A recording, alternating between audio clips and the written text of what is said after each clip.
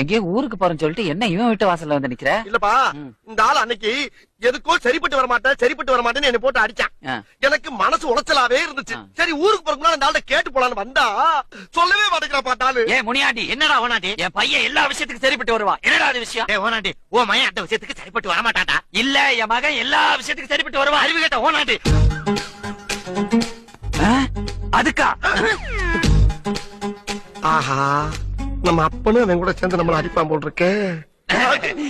என் மாவன் அதுக்கெல்லாம் சரிப்பட்டு வர மாட்டான். பெத்த அப்படியே சொல்லிட்டான். டவுட் கிளியர் ஆயிடுச்சுல, கிளம்புடா. நோ, எப்படியா டவுட் கிளியர் ஆகும்? சொன்னா தானே டவுட் கிளியர் ஆகும். எதுக்கியா சரிப்பட்டு வர மாட்டேன் சொல்லுங்க தயவு பண்ணி. அப்பா சொல்லுப்பா, எதுக்காப்பா? அதெல்லாம் சொல்ல முடியாதுடா. சொன்னா இந்த ஊர் ஒத்துக்காது. ஐயோ பெத்த அப்ப நீயே சொல்லலாம், நெஞ்சு வெடிச்சிருப்பா. எதுக்கு சரிப்பட்டு வர மாட்டேன்? ஒப்பன் தான் சொல்றான்ல, நீ அந்த விஷயத்துக்கு சரிப்பட்டு வர மாட்டான்னு. அப்புறம் என்ன ஆட்டிக்கிட்டு இருக்க? போடா. ஐயோ கையெடுத்து குப்புறியா? தயவு பண்ணி சொல்லுங்க, என்னால முடியலையா? சொல்லுங்கயா.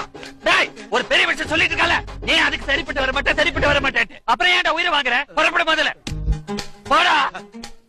கடைசி வரைக்கும் சொல்லவே மாட்டேங்கிறாங்களே. எப்ப அடிச்சாலும் அதுக்கு ஒரு காரணத்தை சொல்லி அடிப்பாங்க. அது மனசுக்கு ஒரு ஆறுதலா இருந்துச்சு. இப்ப அடிச்சதுக்கு காரணமே சொல்லாம அனுப்புறாங்களே. நான் எப்படா ஊர்ல போய் பொழப்பு தலப்ப நடத்துறது? என் நேரமும் மனசு உறுத்துமே. எதுக்குடா நான் சரிப்பட்டு வர மாட்டேன் சொல்லுங்கடா.